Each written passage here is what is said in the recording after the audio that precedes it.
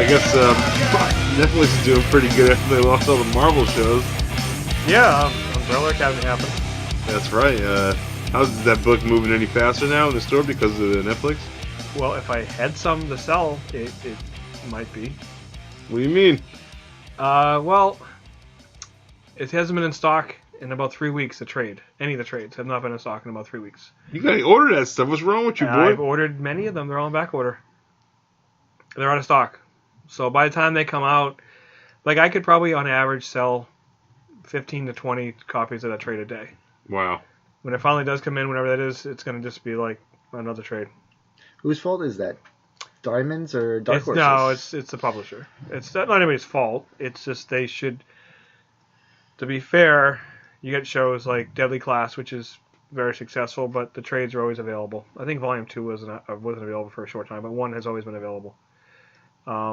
The biggest culprit was Sin City back in the day. When Sin City came out, nobody expected it to be what it was, and it was a massive hit. And there was no trades available for months, and it killed. It hurt. So like when you actually have something that can be an easy, quick sell, kind of like having a pack of gum at a register. People come in, and especially with something like Umbrella Academy, is based on one thing.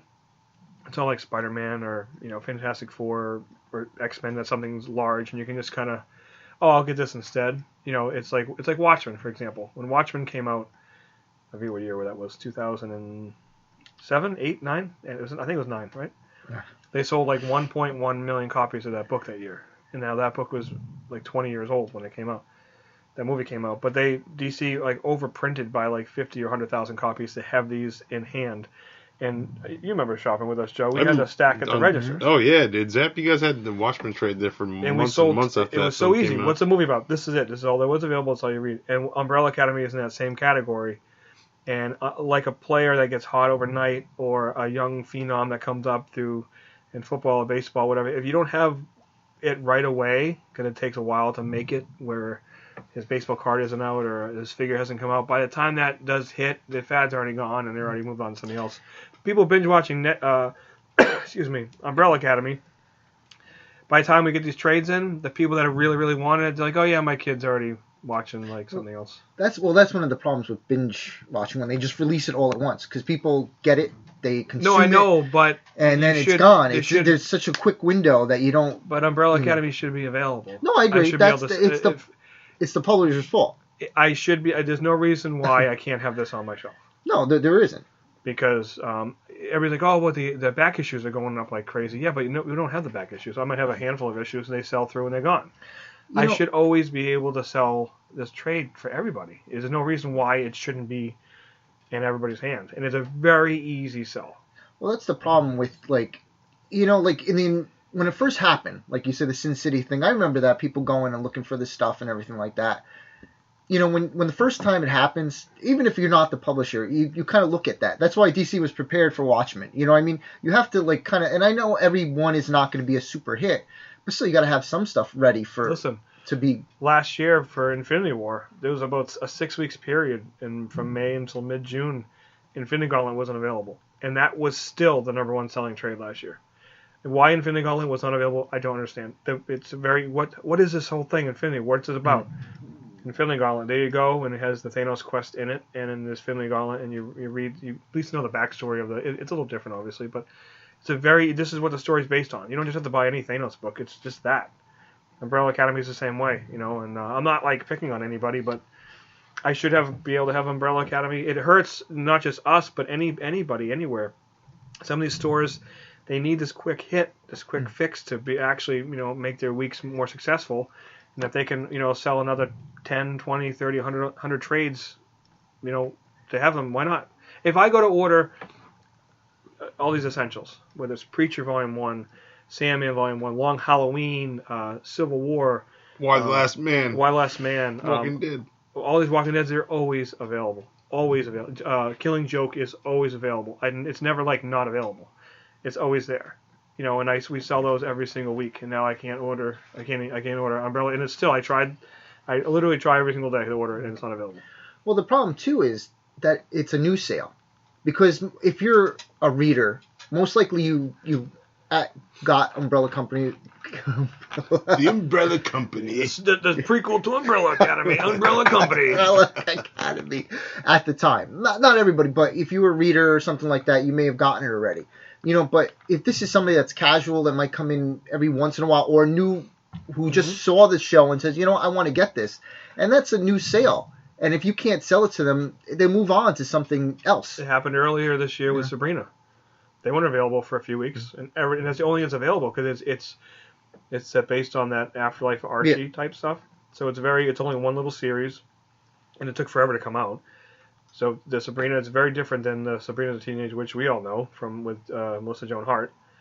People love the series, and I didn't have any trades to sell. We got it back in now, and it kind of trickles out, but I could have sold triple that a few months ago. And a lot of those people were asking weren't into comics. They weren't into comics. Like Buffy is a good example. When they did Buffy with the seasons, that got a lot of people into the stores because they're like, oh, I want them to bring back Buffy, they're not going to. But season 9 will only be a comic book. Will be a comic, and it got people in, and it worked. It's pretty cool. So you get a lot of Umbrella Academy. Walking Dead, I'm telling you, Walking Dead, when that came out, my God, we sold so many of those, and people would read it, and now all of a sudden they're reading comic books. They don't realize they're reading a comic book. They just think it's a graphic novel. Do you do everything else like it? I'm like, no, but you can try Preacher. They read Preacher. Do you have anything else? And next thing you know, they're reading, Dark Knight Returns, and now they're picking up like Rebirth Batman. So it trickles down. I mean, not always, but it will help. But the fact that I don't have this essential book in my store, or any stores for that matter, don't have it, it's bad. It's bad. Is this what could potentially happen? Like, say I'm a somewhat intermittent like Zapp shopper. I come in, I know nothing about Umbrella Academy. I saw the Netflix thing. I hear all the hullabaloo about it, so I want to read the graphic novel everybody's talking about. I go to my comics, my weekly comic store. You guys don't have it. Not your fault. Not anybody's fault because it's unorderable at the time. Is my next, as a customer, my next step is going to Amazon and check if it's there. Now that sale is completely lost at the direct retailer level, and it's given away if it's available to a major. The only thing now, because of that, is that on Amazon it's going for like triple what the cover price is. So the trade right now is going for like $40. So I don't know if you're gonna pay $40 for that trade. But besides, if you really wanted it, you will. But I mean, still, either way, it might just discourage you. I'm like, I'm not paying $40 for it, then you walk away. The issues themselves, it doesn't matter how much they are. Yeah. Because, somebody who's buying issue 1, they're not going to read it. They just want to buy it because it's a hot property. You're a hot property. Oh, God. But to furthermore, though, this does kind of show Netflix didn't miss a beat now that they, lost all the Marvel stuff to the Marvel streaming service, and they have Umbrella Academy, and they can just they can tap into a lot of these other creator-owned, projects, and just start working off that. I mean, obviously they're going to do a season 2 of Umbrella Academy. So now, I mean, there's a Netflix with all these comic properties. There's a Marvel, online service, and there's a DC one where they announced all those, all those animated, like the animated Harley and the Titans. Plus they have like the Titan. They have Swamp Thing coming out. They have a Harley Quinn. They have something else. This sounds like a lot of subscription money for a comic fan. It's like, wow, I'm gonna need Netflix, Hulu. Oh, you're gonna need think about it. It's just say on average of $10 a month. You're gonna spend like $80 just to get a month just to get this fixed. So everybody that's cut the cord on cable, everybody that's dropped that cable cost by about $50-$60, not taking the cable and only taking the high speed internet. Yeah, you drop that $60, but now you might be paying $25 for Sling, and now $15 for Netflix, and then how much are DC and Marvel services? It's gonna be $10 at least, right? The thing, every company, every movie company is gonna want their own thing, and then slowly over time. Well, exactly. There's gonna be everything, so it's gonna go back to the same way. So it's like everybody I know is like, oh, we're cutting the cord, we're saving money, but it's gonna go back to Johnny. That's gonna happen, right? Get all these services. Get all these services for $100 per month, all these streaming services, and we'll sign you up for all of them. No need to go individually. Well, that's the problem. I think eventually, I don't know if it's Netflix or whoever is going to at least absorb Hulu or one of them, because they can't all survive. Yeah. There's too many. You know what I mean? The Warner Brothers thing and the Disney thing, they're self-contained, so I don't see them merging with anything unless one of them buys one of the major ones, like say Warner Brothers buys Netflix. Well, that's the thing. Like, that's the only thing going to happen. Warner Brothers is going to say, "Hey, we're going to put Netflix. We're not going to to you. We're just going to keep it for ours. And Disney is taking all their stuff. And I think it's and neat. it's going to be. It's just that you got to pick and choose. Exactly. It's hard because I remember when Hulu first came out. Hulu was free at first, I think, and then they stepped it up. They didn't really have much. They didn't have much. It was pretty much just like the current shows. You could just kind of catch. It was almost like a DVR almost. But now they have like Handmaid's Tale, which is one of the biggest. Yeah, so now they have like all these things that's like when you look at all these, and even like the Amazon one, they have that major high budget Lord of the Rings show coming out. So there's a lot of. It's on Amazon. Yeah, it's Amazon Prime original show, and they're putting in a ton of money into it. Like it's gonna be legit like. Epic. Well, the thing with that helps them is that you like it's like a perk for if you have it like Amazon Prime. Yeah, so that. That's fine. A little bit different. You kind of offset. It's like giving you something. You know what I mean? But yeah, no, I agree. Yeah, it's interesting. I mean, it's changing. The world's changing in that category, I guess you could say, very very quickly. Where now, like they said, now there's a big debate about the awards. Should Zapp Awards? No, not Zapp Awards. Oh. Real awards, Joe. It's a real award. Of course it is. Should it be like a Netflix show? Should it be able to win an Oscar? A Netflix movie, you know what I mean? Because it is actually, a movie. So now there's a big thing, like what's going on, and you see the prices of movie theater tickets are ridiculous. And like a lot of people say, why don't you go see more movies? I have 2 kids. So that's $100 after food and. No, think about it. Like I joke around, like with the Bumblebee thing. I pretty much paid $150 to see Bumblebee, because we paid a babysitter $50 to watch my kids for 4 or 5 hours, right? Okay. We ate first, so that's like a $50 meal, like at a restaurant. 100. And then the tickets were like $20-something because they were like it was like a digital whatever. So it was like $150 just to see a movie that I didn't even enjoy, and which is fine, whatever. But it's just like that's why I'm like. We're really selective, like, are you going to see this? I'm like, probably not, because it's just like, it's not worth it to me. I'll just wait. Like, there's certain movies like It in episode 9, and I'll see, obviously, I'll find a way to see it, I don't care. But, like, Toy Story 4, we'll probably all go. But, like, it all adds up. I don't have immediate family and people that just watch my kids for me, which is, I'm not complaining, it's just how it is. Yeah. I have to pay a babysitter, and that's I have kids, and that's what I'm going to do. It's a responsibility, and it's not a complaint. It's just something you have to do. So if I want to see a movie with my wife instead of just going myself or with my kid, I gotta see that. So I actually my 3.5-year-old, I showed him New Hope for the first time. Did you enjoy? He knows all the characters because he loves BB-8 and R2-D2 and 3PO and Chewbacca. He knows all of them. Excuse me, just because of the toys have been given to him and whatever. It's all room Star Wars, and I always have the new ones on when I'm working at home. He just waits for Chewbacca and R2-D2 and 3PO to run around. And he's like, oh, look, there's BB-8. So I put on New Hope. And I only watched the original version because if a lot of people don't realize, in the late 90s, they released the originals on Laserdiscs in Japan. And people got them, and they burnt them onto DVDs. So on a DVD, I have the original copies of all the 3 Star Wars movies. Nice. It's widescreen, unedited. It's not the the fixed versions, whatever you want to call them. So I put it on, and my son immediately sees the logo, and he's like, Star Wars, Star Wars. Music kicks in. He goes nuts. He's sitting there waiting. What's those words say, Daddy? I had to read the whole scroll to him. And then he's watching. He's like, oh, look, the spaceships is like, he's like pumped. And I haven't watched this movie in about 12 years. Like, actually, I mean, if it's on TNT or whatever, I kind of half watch it, but I haven't sat down and watched it. So, he sees the spaceships, and then all of a sudden he sees R2-D2 and C-3PO. And he's like, look, there's R2, 3PO. He's excited. And then he's like, Daddy, where's BB-8? Where's BB-8? So I'm like, he's not in this one, buddy. So he's like, I'll find him. And so for a few minutes, he's looking for BB-8. And then until Vader comes through the door. And then he's distracted again. But for about a half hour to 45 minutes, he was very engaged in this movie. He was asking who the Jawas were. He was very concerned about R2-D2 when he gets zapped, and he thought he died. Gets zapped. Yeah, and then 3PO loses his arm. And, Zaps. All that stuff like that. It was really, really cool. It was a really cool dad moment. Yeah. Watching him. Because I don't remember the first time I ever saw Star Wars. I remember seeing Return of the Jedi when I was 6 years old in the theater with my dad. I remember seeing that, and that was ridiculous. But I don't remember the first time I ever saw Darth Vader. Or like these guys on the big screen. So to see him watching it like that and actually like really watching it, I was proud moment. It was very awesome. Nice. It was very cool. I was very, very proud. So it was a lot of fun.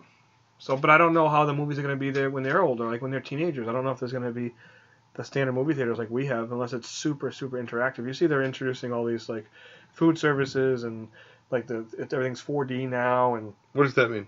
4D means like you get hit with water and air comes up and stuff like that. It's interactive more. It's interactive. Like if the dinosaur screams on the screen, you might get like splashed a little bit or like hot air come over you. Like it's like in your face. Really? Or you'll be there, and if you're walking, the character's walking through the woods, there'll be air shooting at your feet, like there's something coming at you. Oh. Yeah, it used to just be like at theme parks and stuff, but now it's becoming into the movie theaters. I was gonna say, it sounds like you're describing the alien encounter at Disney, right? Or Epcot or Magic Kingdom? Magic Kingdom. Oh, yeah, so that's what they're going with, which is neat, but which is cool. Obviously, it's evolving, but at the same time, I don't know if they're gonna.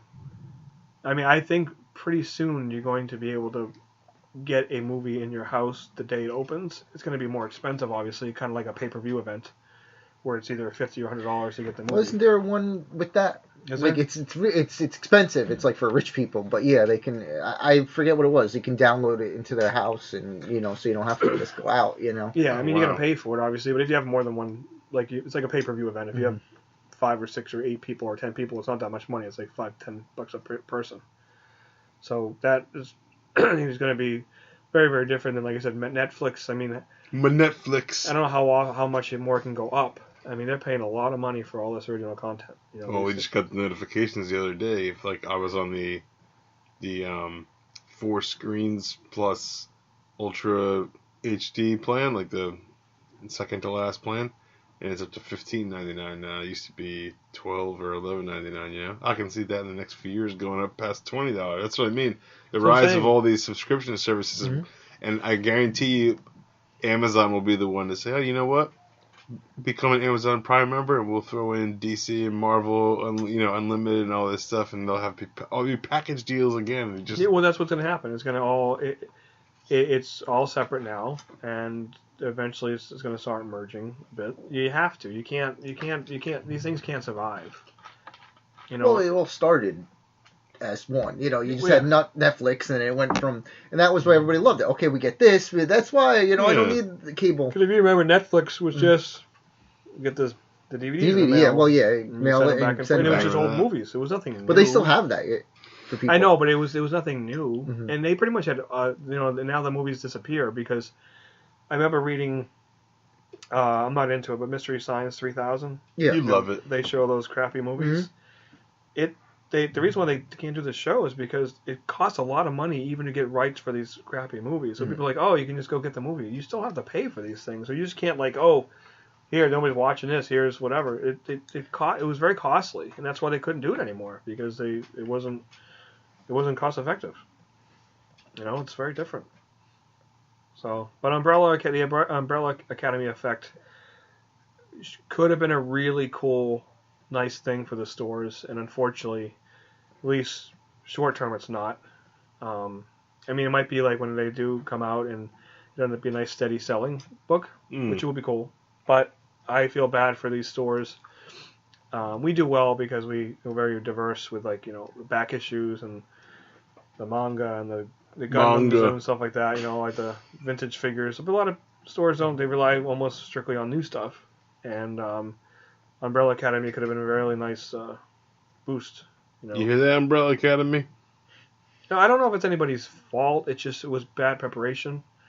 And I'm one of those things people just overproduce it. Like you can, overprint it by 20,000 copies. Worst comes to worst, you could just put them on sale and just sell them at cost and to get your money back.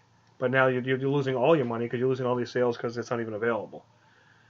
It happens. So, but that's, I don't make the books, so. I don't make the books. Corry Brown, 2019.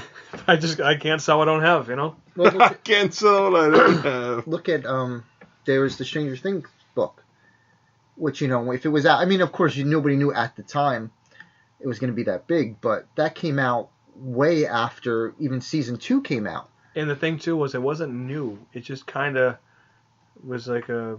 I mean, it wasn't bad. It was told Will's story. So, No, I mean, it was a know, new story, but it's still, at least as opposed to the new one, which is going to talk about... it could have been a nice gap between season 1 and season 2. Yes. I You mean, know? if they could do it, yeah. I mean, it takes time, yes, but like, even if you did it at the time when season 2 came out, like... Especially because season 1 was so comic book, like the X-Men, they dropped comic book hints all, it was made for comic book crowd, and it took a while for it to come out, and it sold okay. I think but it it would have sold wasn't, a lot better if it came out. Now, I don't know if they had to do with licensing or what, but it didn't make any sense to me. It really didn't. Like, there should have been an It comic book, too. They should have had one coming out with all that stuff. I don't know why. There's so many properties that they use, aliens and, Firefly, Buffy, all this stuff. Well, if you look, look at IDW. I mean, they're the kings of licensing, and they're having trouble. It can be niche.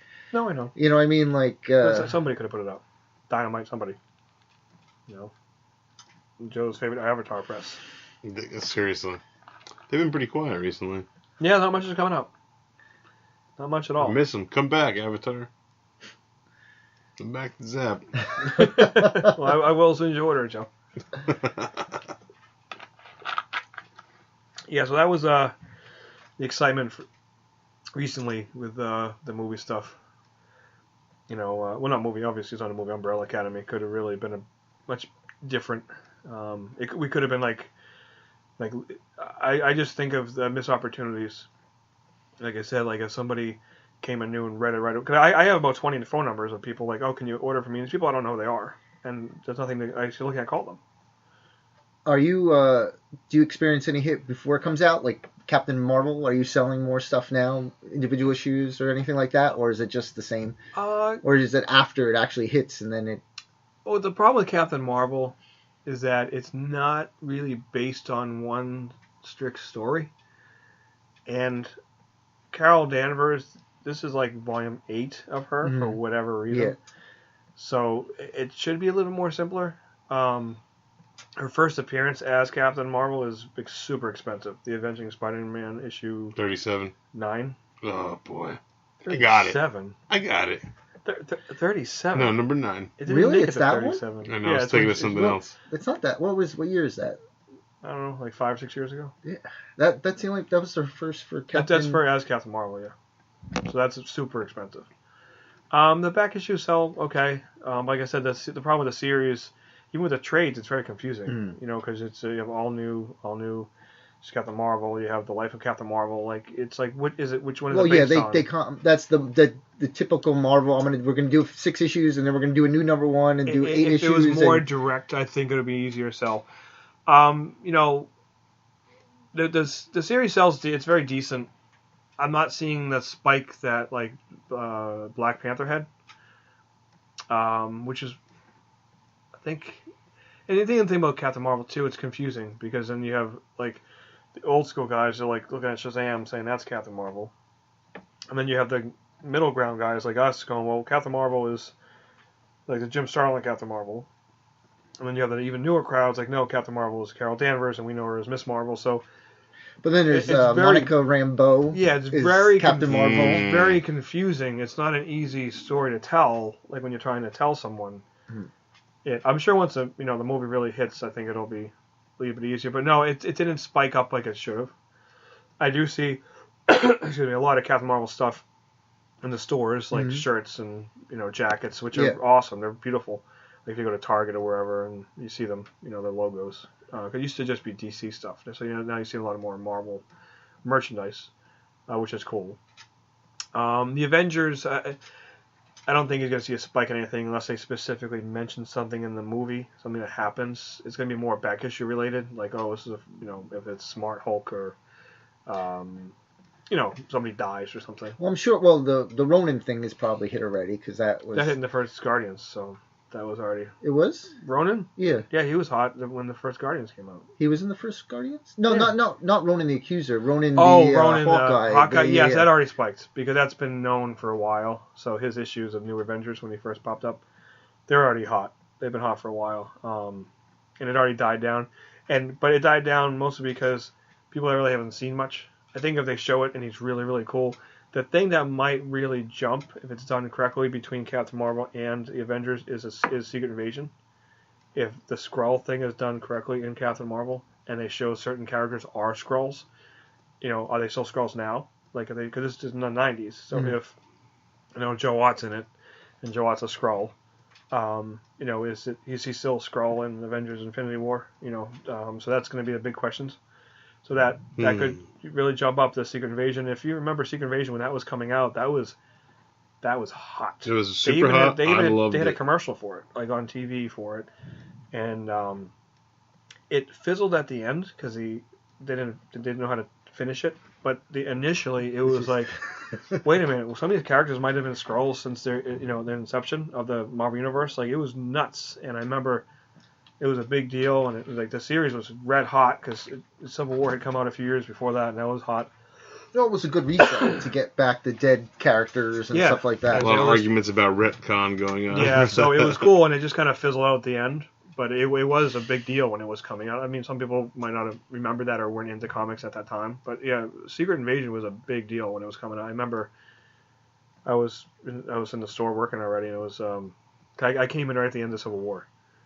And I remember Civil War 7, the last issue was delayed.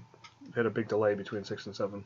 But Civil War was ridiculous. It still sells. But Secret Invasion was a nice... That was huge, dude. There was a lot of buzz on that book. Didn't that go into Dark Reign, right? Yeah, that was bad. That did not do good. Yeah, it was a very interesting time after Secret Invasion with all the Thunderbolts and the Dark Reign. It's the Hammer and... Then it was the Dark Reign, and then it was like that... You had Moonstone dressing up as Ms. Marvel in Captain Marvel's costume, man. Very confusing. Yeah, and then after Dark Reign, they wanted to make it brighter, so they did the Heroic Age. Oh my god. And that lasted like a week, and then they went right back to whatever they wanted to do. But yeah, they tried. The Heroic Age, everything was like yellow and gold. Yeah, remember? You remember that. That's now, when Joe, you're... That's when I jumped off Marvel. I couldn't take it. It was too many offshoots, too many... I know you're a big Carol Danvers Miss Marvel fan. True. Now, what are your thoughts on Captain Marvel? I know you don't really... I know you don't go nuts when you hear much about her, because I know you're a Carol Danvers fan, though. What? I am, yeah. I stopped, like... Avenging Spider-Man, was it 7 or 9? 9, I think. 9. Yeah, that was right when, who was writing Miss Marvel? Take your pick. Well, Miss Marvel or Miss Marvel, right before it changed over to, I know Kelly Sue took, Captain Marvel, but right before that, was it like, I don't remember. I forget. But I was a real big fan of that series, the one that began with all the Frank Cho covers, like the main Miss Marvel one that went to like 50. Yeah, that was Cho, and then it was Greg Horn did the covers. Horn, yeah. Those are good selling series. That was a great one. So why aren't you amped for the movie? I just fell off big with the book just because it was a humongous style and story change after they changed writers on Miss Marvel and it became Captain Marvel, They were focusing on her life as a, like a fighter pilot and whatnot, and that other aspect, which is totally cool. It was like a huge 180 from like her living in the city and taking on alien monsters and stuff like that, So I just personally couldn't attach myself to it anymore. Like it wasn't interesting enough, like for me to. No, you're continue. Also a big Hank Pym fan. Yeah. Now, did you enjoy the Ant-Man movies? They were cool. Yeah, I mean, I think that's probably the best they could have done it. Paul Rudd was a good pick. They're funny. They're also very sciencey. I saw the first movie. It was okay. I didn't see the second one. Second one was cool. Yeah. Michael Douglas. He's a fantastic Hank Pym. I wish that he could have. I know he's an old man. I wish that he could be like more of a Hank Pym. And I know I get it. Paul Rudd is going to be the action guy we get. It's fine. The Hank Pym character is awesome. It would have been cool to see Michael Douglas like a little younger doing that part, and becoming giant. I think we'll be getting to see a little bit, but it would be even cooler if, they would incorporated that even more. But the Scott Lang Hank Pym that we get is super cool. That was coming out around the same time as the Miss Marvel books, and they would do crossovers too. That Irredeemable Ant-Man, the one that's like loosely based off of, Yeah. So that was cool. That was written by Robert Kirkman. What else does he do? Anything good? What is it? Zombie something or other? Invincible ended, unfortunately, but yeah. Nice. Didn't you die? He does that. He does Oblivion Song, Outcast, and Battle Walking Pope. Dead. Oh, He did yeah. Battle Pope. Battle Pope was like an early thing. Those issues have some value. They do. Yeah, Got mine, Zapp. Yeah. Zaps. No, it's not Zaps. I don't like. I don't know why. Say it. I don't know why it bothers me. Corey doesn't like Zaps. I don't know why it bothers me so much. Next time you go into Zapp, next time you call Zapp, say hello, Zaps. Yeah, no, I don't Especially know. if Corey answers. You know what it is? It's not when they say it like that. It's when they answer their phone and the person says, "Where are you?" Oh, I'm at Zaps. You want to come pick me up? Yeah. That's I don't know. You know I don't what? know why it shouldn't bother me because they're not doing anything wrong. It's like what like your grandmother would say to if you say, "Oh, I'm going here," and it's like, you know, when they do it like I was watching The Simpsons. She's like, "Oh, the Samsons?" It's the Simpsons. Samsons. Like Okay. Pokemon. Yeah, you going You got Pokemon. She going to the Zaps. Yeah, you got Pokemans.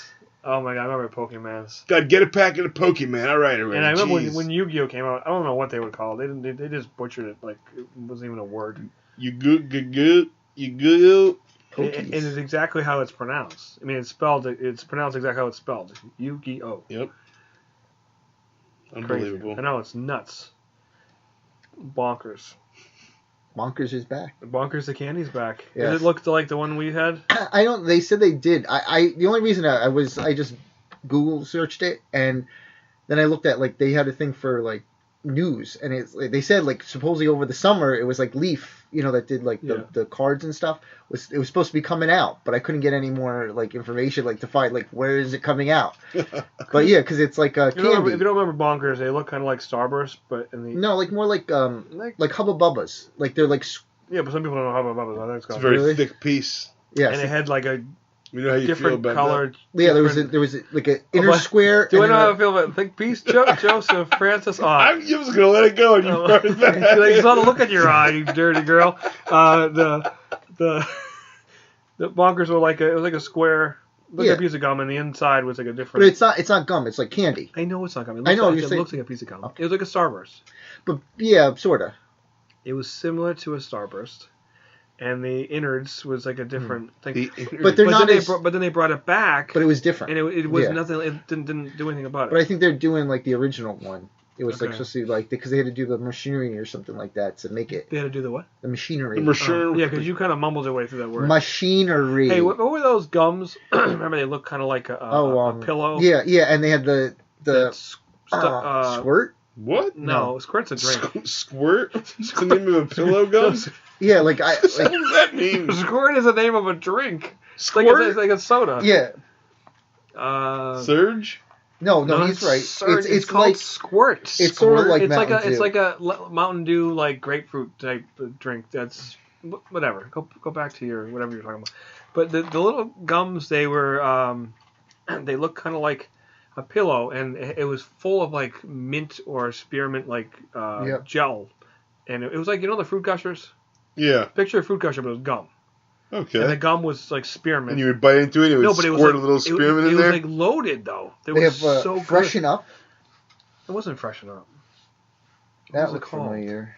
I remember it was really good. The good old days. You know, they just made a orange vanilla Coke, I saw that weird combination of flavors. and there's a Coke Zero, but there's See? also a regular Coke. Oh, it's called Freshen Up. That's right. Okay, Freshen Up. Freshen Yeah, Up. 'cause I gum. remember it did look like a Did they still pillow. make that or no? I don't think so. I don't think so. Listen, they brought back New York Seltzer, and that's fantastic. I love New York Seltzer. New York Seltzer, right out front of Zapp's. Yeah, Good Saturday morning for me. some clearly Canadian. Clearly Canadian. You remember bro. that? I do, man. I do. Look that was at cool. you. Sparkling water or whatever. It's just sugar water. Sorry. Yeah. Brookdale. Nobody remembers that.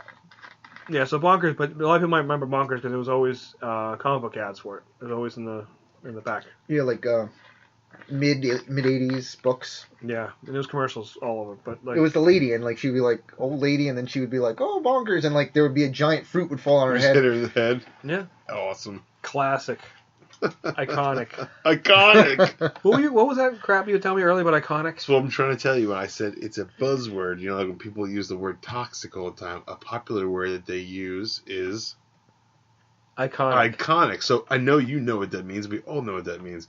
But it's used when all the time when it's not appropriate. I work at a college, and a lot of the students like, oh, that's iconic, when they're really just saying, oh, it's super cool.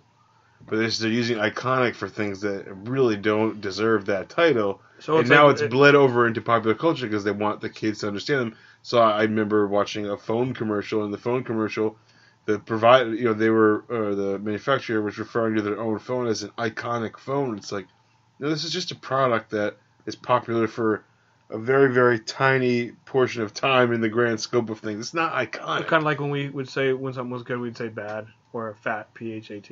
Yeah, exactly. Okay. Yeah, so they're saying iconic now. Like so-and-so is iconic. It's like, no, so-and-so is popular right now. Black Sabbath is iconic. Baseball cards are iconic. You know what I mean? Like, there's so many things that can be called iconic, but nothing that is a year old or less than a year. I don't know what the rules for iconic are, but I feel like it needs to be a few decades of popularity before something can be called iconic, or something that's deeply influential. Like Freddie Mercury is iconic. You know what I mean? Ginger ale, not iconic. It's just delicious. You know what I mean? Do you get what I'm saying? But young kids will say like, oh, that song is iconic. Like, the song came out 3 weeks ago. It's not iconic yet. Well, listen, their attention span's very small now. No, seriously, it's like something's like a week old and it's old. Like we didn't do that, but they do now. Like you guys, and I didn't disagree with you before, but it just made me think, like, when you guys, to bring it full circle, when you guys were talking about Umbrella Academy, if you don't have that merch ready to go, if you don't have those trades ready to go within the first few weeks, you guys said after people watch it, they're done, they've already moved on to something else, and I'm like, is that really, like, are we that, like, fast-paced? Yeah. That the young kids today watch it, and it's like, I'm not, like, cause when Stranger Things comes out, most people are like, I need to watch that again immediately. I need to, like, immerse myself in, like... That was different because that was... That's not a comic property, it's mysterious? That was my generation, too, because of the way it made you feel. It brought you back to the 80s. It brought me back to a kid. So there was times where I was watching that show, I wasn't watching it. I was just looking around. You were absorbing it. Absorbing everything, and it made me feel like I was, like... coming home from school and there was nobody home, and I walk in and I put Master Universe on my TV and I go eat microwave pizza. Like, that's what it made me feel like. It's a little bit different. The show was great, but it was also great because of the layers of it. Umbrella Academy, people just love the story and they want to know more of it and get in depth with the characters, and they want something because there's nothing else with it. Like, most stuff is based on a property. So this is a property, but there's nothing with it anymore. You know what I mean? There's nothing else to watch. It's not like, oh, I saw a Star Wars show, I can go watch some movies, get some toys, whatever. This is all it has, is this one little tiny bubble of things to buy, and it's not available. So it's like, well, where's the Umbrella Academy stuff? It's like when Pokemon first hit, nobody could get the cards because it was so hot here. Was there a lot of toys or no? No, there was nothing. No toys. The only thing you could get was stuff from Japan. So like a lot of the niche, little tiny stores could get the Tomy product, and they're all the Japan figures, but the big box retailers like Toys R Us and stuff like that, I remember the only thing we had was a board game and like party favors, and that was all that we had, and it would still sell out. We had these like bouncy balls, these clear bouncy balls. They had like a figure inside it that you would bounce, but you couldn't take the figure out of it. That's all that was available for a long time, and that's why, and it would still sell. It would sell like crazy. The Umbrella Academy is more on the Tamagotchi type thing. If the only thing you get is Tamagotchi, if there's no Tamagotchi, there's nothing else to get. You just leave the store. That's how Umbrella Academy is. And it's a little bit different now with like digital and Amazon and stuff like that. You have to pay for it though. But to have it not have it on your shelves is it should be, like I said, we should have stacked it at the register, which we normally do. Like when Batman White Knight came out, in trade a few months back, we sold like 10 a day, and I had stacks of them. I would just keep ordering them and ordering them and ordering them. But they were always available. That's how it should be. Interesting. You want something to be hot, but you don't want it to be unattainable. Yeah, but it's like I should be able to say, okay, listen, I'm out of it now, but I'm ordering it, and it'll be back on Friday. I can't say, okay, I have your number, and here 2 weeks go by, and they call me back, it's not available. I shouldn't be doing that. It can be a hard balance though, because like going with the Toys R Us stuff and the toys, like there was for Frozen. Frozen did well in the movies. Yeah, but that got hot late. But it was when the DVD came out. Soon as that it was fine. It was they went by sales. It would go. The movie was out. They would do, and then it would slowly go away. Nothing big. The DVD, but nothing would kill it. The DVD came out for Frozen. They couldn't put anything on it went like that. It became so hot they had nothing and they weren't prepared. Yeah. And this was like months and months and months, and people kept going in. Like, they might have a doll, people going in and stuff, because they didn't know it. They were going by past thing, like, but they didn't, that it would be so hot. So they had to catch up, but it takes a long time to catch up, to go to China to make these toys, to ship them over. Yeah.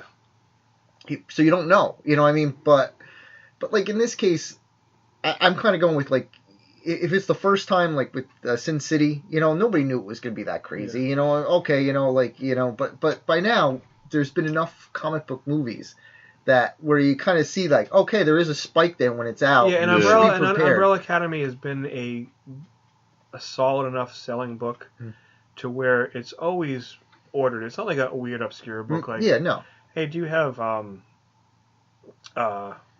like, I don't know, like Scalped. Okay, Scalped was hot, and then it kind of went away. It's a really good story, and it's requested, like, I'll get them every few months, I'll order some. But that's not on everybody's shelf. I mean, ideally it should be, because it's that good, but it's just not. It's not something like when you go, okay, I need to make a wall of essentials, and this has to be on it. Scalped isn't necessarily on it, because you have to know what it is, and if you do know what it is, you know how good it is. But it's not necessarily like a Killing Joke or Joker, a Walking Dead, or is Joker up there with the list of bestsellers or no? Bermejo and it went away, and it came back again with Damned. Okay. But Joker, when it first came out, was a really good. That was seller. red hot, right? Yeah, because it was available. Yeah. It was that one hardcover. It was a good story. They never made it into the Joker hardcover. Oh, the Joker, and then there's the Lex Luthor one. Yeah. But I think they're coming out with a new, like, anniversary one. Okay, so like a 10-year one. Okay, cool. Yeah, so it's like, I should always have All-Star Superman on my wall. It just should always be there. And if it's not, it's a problem. It's like, Old Man Logan or God Loves Man Kills or whatever. They should pretty much any of the DC animated flicks, which are based on one of the that's big why. books. Yeah. So Umbrella Academy would be on there because it's one of the very few properties that's available by Dark Horse. Aside, like, for example, Hellboy was never really available. The Seed of Destruction, all those early issues, I couldn't find them. Now they're doing omnibuses. There's 4 omnibuses out, and they're kind of in order, even though when they came out they said there's no order. He did put them in an order, which is fine, but right now Volume 1 wasn't available. So I'm like, you're already out of Volume 1. Like, it's frustrating. Yeah. And Goon for a long time wasn't available. The first volume, everyone wanted Volume 0 and 1, and then I go to order it, like, there's nothing there. Well, I think that had to do with, like, the switch over when he was going over to... No, this is before that. Was it? Yeah, okay. Before that. So it's one of those things where I don't know why it's not available. I mean, I know it just, like, if I have to go to order Scott Pilgrim, it's available. It's sitting right there, I should always have it on my shelf. If not, I can get it, Certain books I shouldn't be like, oh, it's out of print. Why is it out of print? You make a new printing with a new cover, so at least it's different. It shouldn't be out of print. Sandman, they're doing new printings again. They just changed the cover and, like, how many pages are in it. It might be thicker or smaller. What extras or whatever. Yeah, that's fine, but just always make it available. If you want to make it collectible, that's fine. Just make a new printing of it with a different cover or have something else on it.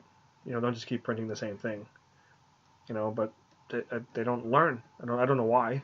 It just happened, and it's frustrating. It really is. Because imagine, like, to go back to Walking Dead. Imagine not having Walking Dead in stock when that show was on fire. It would. I can't imagine. We always had it. I made sure we ordered tons and tons and tons of it. Speaking of which, you know what the #1 selling trade in the history of Zapp Comics is? Trade/graphic novel. Walking Dead Volume 1. No, it's probably up there, but no. Ooh. Watchmen? Watchmen's maybe #2. Is it crossed Volume 1? No, I'm talking about books that are on the list, Joe. Oh, on the list, okay. You might not really remember it. You will, Johnny. One, there's 2 reasons. One, because of the era, and 2, because of your name. Johnny Quest. It's not even a comic book. Johnny the Homicidal Maniac? Yes. When that book came out, it was long before I worked there. Yeah. Ben had told me, especially in the mall store, they would sell hundreds of those, like, a week. It was ridiculous. That book was red hot. A lot of my friends, when that came out, really liked it, and I thought it was, like, kind of emo stuff, so I was not a fan. Yeah, it came out. But I remember it being red hot. It was big. and that's I think I didn't get it at the time. I think I got it later. Yeah, but I think now that the years have gone by, I'm sure like books like Watchmen, Walking Dead Volume 1, Killing Joke, maybe Civil War type stuff might have caught up to it, maybe past it, but you don't see it because that was so big for its own like window. And but yeah, that was it was massive. But I could say, you know what, because it would probably help that, you know, when at the mall location, you know, is right by the food court. You know, kids come by, you know, go in, you know, even if they weren't readers, you can, you know, you browse, you go in, you see that, and the whole crowd was buying it, like the Invader Zim, you know, that type of style. They all bought it. The Ren and Stimpy crowd went right into it. You know, when they got a little bit older, they bought it. That book was hot. That book was. I never had it, but I remember seeing it. You would see it everywhere. It was like I knew what it was. You know, I didn't have it, but I knew exactly what it was. And that's, you know, I think Watchmen would probably be, because Watchmen, you know, when the movie came out, obviously we sold a ton, and then it sells very steadily, you know, here, and then when what was it? What was the miniseries they did? The Watchmen before Watchmen. That came back. That people started buying it like crazy, and then now Doomsday Clock, they're buying it again. So we've had it on the wall next to tie-in sale, you know, 3 times technically. So I'm sure if we had like a way to look at the actual numbers, I'm sure Watchmen would probably be number 1, with probably Walking Dead Volume 1 being up there too. Anytime I've ever flipped the previews book over in the past 10 years, when you look at the sales figures for trade paperbacks, number 1 always says Walking Dead Volume 1 Days Gone By. Yeah, or actually, you know what, too? Saga. Oh, yeah, that's hot, too. Every year, Saga, like the top 10, there's like 7 of them are Sagas. You know, every Saga Volume 1's always in there, too. You know, Saga Volume 1 is a very easy to $10 sale. It's a major book, and it's always up there. I doubt they started this trend, but it's the first time I've seen it in recent years where Saga goes for, you know, a year, and then specifically as part of their schedule has factored in a break for 3 or 4 months, and they let everyone either get caught up or the trade comes out during the break, so people buy the trade, and they always give, you know, new readers a clear jumping on point, like, hey, Saga's coming back X, Y, and Z date, trade 1 is available now, and you can jump on for trade, and they continue to do that after each, you know, cycle. I think it has a lot to do with Brian K. Vaughan coming from television. Yeah. I think he realizes this is how you do television shows. You know, you do installments. You have it where it ends on an ending. A season, in case that it doesn't come back. At least you have some type of, you know, resolution. But you also leave some, you know, questions unanswered to want more. And if you ever notice, like when there's shows that have cut too early, sometimes they don't really have an ending. They're just gone. Mm-hmm. And I think that helps a lot. Where he came from television, he's one of the few people that went to television and then came back to comics and was even more successful. That might have a lot to do with the break too, because he has other stuff to do. But yeah, they do it correctly.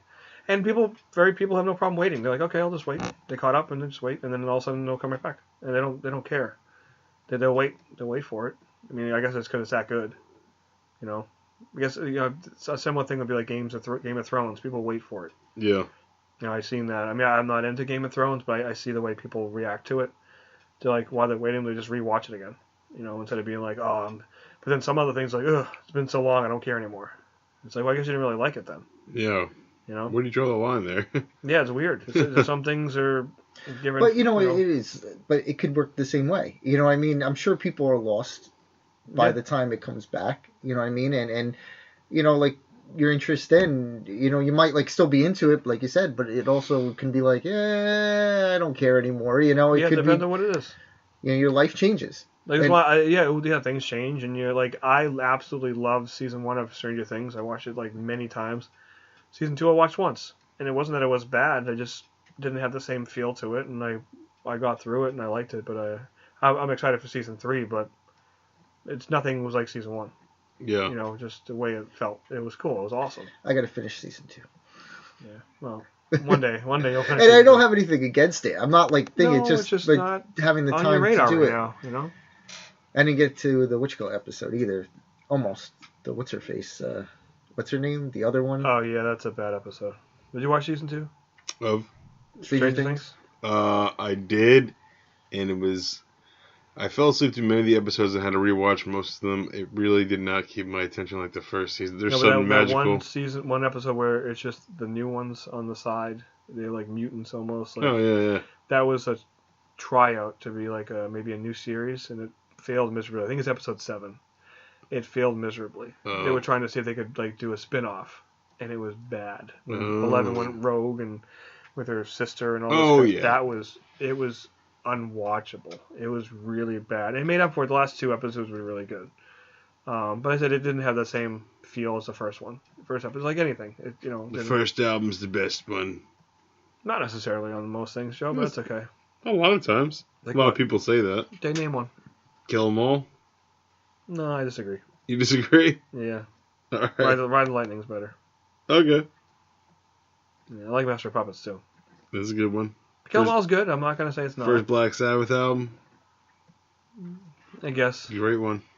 I guess. First Zapp album? Who's Next? Oh, dude. Great album. Not first. That is definitely nowhere near first. That's good. I'm not into The Who, so not like I know the Who songs, but I don't know anything about their stuff. Sgt. Pepper's or Abbey Road. Abbey Road, hell yeah. I know people are going to complain, oh, whatever. Those are my 2 favorites.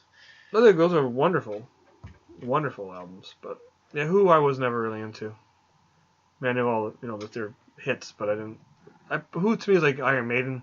I know all their hits, they're fun, but the rest of the stuff I can't get into. Yeah, it's funny. I was talking to Roger Daltrey and Pete Townsend last week, and they were saying, I don't know anything about Corry Brown. I've never heard of him before. Why are you asking me questions about him? No, I'm just saying there's bands I appreciate. Like Iron Maiden, I appreciate. Their hits are really good.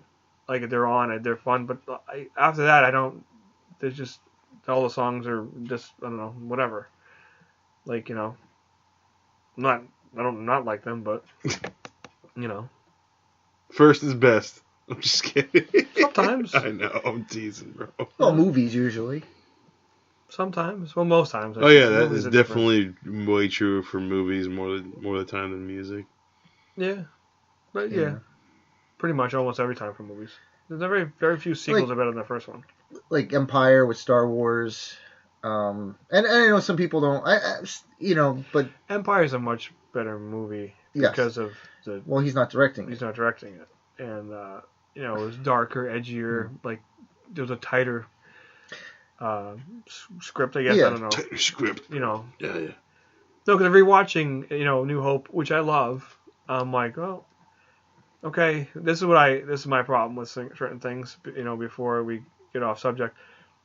The prequels, Anakin creates C-3PO, yeah. And R2 is his droid. Yeah. Like, his Astrotech droid, whatever they are. Mech droid, I don't know what they're called. But, for the X-Wings and stuff.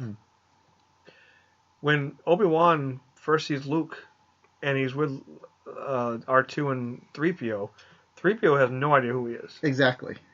R2, whatever, maybe he's chirping at him, he doesn't know what he's saying, but 3PO was like, I don't know. If 3PO was Obi-Wan Kenobi, that's his name, Obi-Wan Kenobi. His name was Obi-Wan in all the prequels. It wasn't Ben. They changed it to Ben. Well, but he had no idea who he was. He could have been wiped. Oh, wiped, please. No, he wasn't wiped. And R2, nobody, he didn't, and even Obi-Wan didn't show any, he said, I never remember owning any droids. Yeah, but he wasn't, when he first saw them, he wasn't like, oh my god, what are they doing here? That's in the prequels. They should have, Well, that's the thing. They did the thing where a lot of the books did, and everything encompassed the same characters in the whole in the whole galaxy. It always the same people ran into each other. Like they would, maybe not. It's no problem having them in it, but you didn't have to that's a whole nother. No, but my biggest thing was if you're trying to hide these kids. Yeah. From the father, who was Anakin / Vader. Why would you bring one of them to the planet he's from, and his last name is Skywalker? That doesn't make any sense. Yeah. I agree with you on that. that. You're going to put you in a witness protection program, but your name is going to be the most popular James Knoll. Okay, it's still Knoll. It's spelled the same way, and you live in the same damn town. Well, if they didn't know that she was pregnant, it's still. You know what I mean? If they didn't know, and so he wasn't expecting to go there, and he didn't want to go back there. He hated that planet, so he's like. But I agree. Yeah, there was no. It it doesn't make sense. There was no the thing is there was no need for it to. That the episode 1, the kid part was. And then he, like, you know, Luke wants to go to, like, school with, like, college, we would call it, you know, with, you know, Biggs and all them. He's going to be registered as a student with the name Skywalker. Yeah. And we saw that in Han Solo, where he named, you know, is registered as Solo. You know, like, I maybe it's like Smith and we just don't know. Maybe we just see him and it's like there's other like Skywalkers. They're like, oh. I can't do that. No. And that's a whole different Corry discussion. Skywalker. A different discussion for a different day. Yeah, well, yeah, that's. And I was just proud my son was looking for BB-8 when he saw R2 and 3PO. Where's the other droid? You know, I know you're anti-Star Wars, Joe. You know who BB-8 is? Yeah, the little guy's got. He's like 2/3 of a snowman. Yeah. Yeah. 1/3. Okay, 1/3. But he's got like a little half. Oh, yeah, you're right. He has like the little bad guys from the Gutsman level of Mega Man, where it's like half yeah. a circle. Yeah, That's right. on top of. Well, the hard help. The help they would pop up, and then when they dropped down, you couldn't shoot them. That's actually very good description of it, because exactly what he is, man. Yeah, they would pop up and it would go down. You couldn't. It would go ping, ping, ping, ping, ping. Yeah. Bing, bing, bing, bing. You did that good. Nice. Yeah, you like that, Joe? I love that when you bro. When I was digging I was digging through my boxes, I found the Star Wars movies. They had I found like my Chrono Trigger, SNES game, my Chrono Cross, nice. PlayStation games, my Suikoden 1, 2, and 3, my Final Fantasy 1, 2, and 3 SNES games. I found my Castlevanias. I found all this good stuff I haven't played in years, and it was kind of cool. My Mega Man Greatest Hits collection with all the Mega Mans on it for PS2. It was wow. It was like, I was like, oh, I don't have time to play any of these, but it was just so cool. Throw them in the garbage. No, don't throw them in the garbage. What is wrong with you in the garbage? I'm kidding. I meant because you can't play anymore. You meant? Oh, yeah, you're real funny, Joe. You're real iconic. Real iconic, man. Mega Man is iconic. Yes, that's a true statement. You know what his name? You know what Mega Man's name? Don't say anything, Johnny. You know what Mega Man's name is in Japan? No. Mega Man? No. Mega Boy? No, it's not Mega Boy. You know what it is? What? Johnny, you don't know what it is? Johnny looks puzzled. I probably knew it at one time. Proto Man? No. No. What is it? Rockman. Rockman. Lame. What? You think Rockman's cooler than Mega Man? That's his given name. I know. Joe. I'm saying that, but which name is cooler to say? Which name is more fun? Mega Man? Yeah, because you're saying it because it's yours. Because you're not. It's not normal to you. Yeah. His name is Rockman. Rockman. Yeah. Paperman. Well, what does Pokemon stand for? Pocket Monster. Okay. Monsters. Pocket Monsters. Okay. Pokemon. Well, you know what the original name for Pac-Man was? Puckman. Puckman? But they changed it because they thought people would deface the cabinets to make it more offensive. Oh, what could you do to Puck to make it more offensive? So they changed it to Pac. No Pucks given. Nice. I didn't know that. Maybe I don't remember that. I remember that. Interesting. I'll have to look that up. You know why Mario had a mustache and like suspenders? Because back then the technology they had, it would just click like one color. They had to differentiate the thing, so they gave him a mustache and like the suspenders on the, when they were creating it, so you could see that it looked like a man, as opposed to just like a person running around. That's how they gave him features. I think Brandon Cracky told me that. Whoa, that's a nugget of wisdom right there. That's right. Nice. So that's the Umbrella Academy effect. Apparently it's phenomenal. It's red hot, and red hot. Hopefully, between that and Sabrina, we'll see what happens with Netflix and their comic book, type properties, and we'll see if it branches anything else. And let's hope that some of these publishers that aren't DC make sure all these trades are in stock for us. Little stores trying to keep up. Because back issues, don't help them because they already made those books. You know what I hate? What?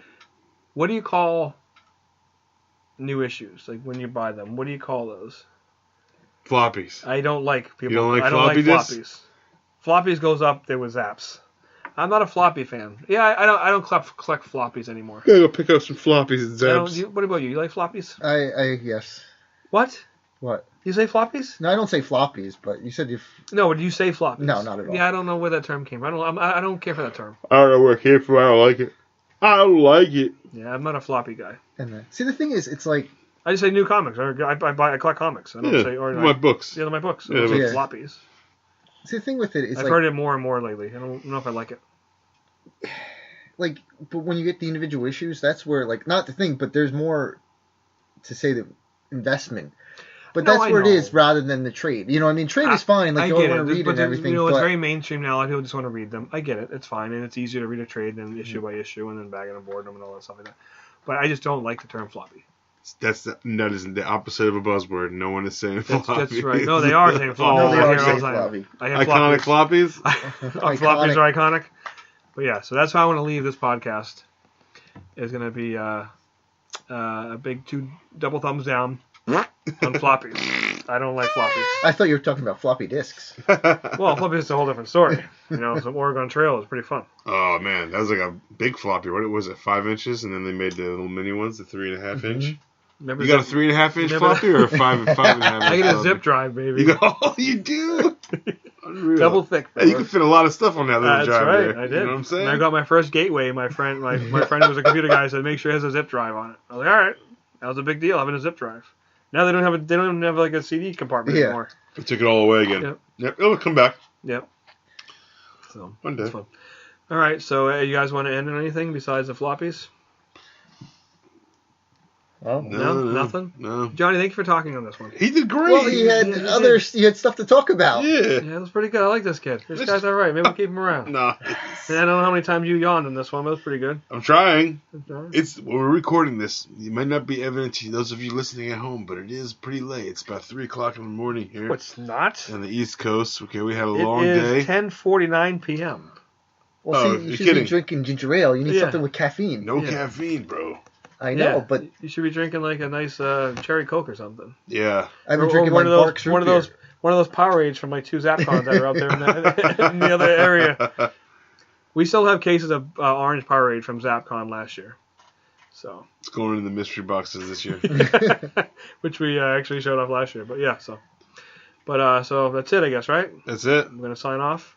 Good topic. For Dr. Johnny Knoll, who's a dentist, by the way, and he got a tooth pulled, and he didn't do it himself. I'm very disappointed he did not pull his own tooth. I thought he was going to Ed Helms the thing, and he didn't. No, it would have been difficult. No, wouldn't just get in there and just yank it. I don't think I had the leverage. Really? Just a pair of pliers and pull it out? Oh, wow, Cor. You don't like that? No, that bothers you? No, that's heavy, bro. That's not heavy. Dr. Johnny can't do it himself. Why? Next time you do it, we'll do it together. Okay. I'll film it while you pull it. Oh, dude. Ooh, baby. Good Zapp video. Just me pulling his tooth out? We have to figure out what kind of comic book to tie it into. Is there a comic book that has features teeth all the time? Yeah, well, that one cover of Superman. Oh, yeah. Where he's getting his tooth pulled. Let's do homage to Let's do Dr. Johnny homage to Superman. It's a very iconic cover, by the way. It would be very iconic to see that. Oh, that yes, it would. All right, so it's Dr. Johnny Knoll, Joseph Francois III. This is Corry Brown. This has been the Zapp Michael Brown. Yes, Corry Michael Brown. This has been the Zapp Comics Radio. You giggling over there? Do it again. This has been the Zapp Comics Radio Podcast, brought to you by Zapp Comics. We're powered by Libsyn. Thank you very much, and good night, everybody. We'll see you next time. Zapp Comics Radio Podcast. Zapp Comics.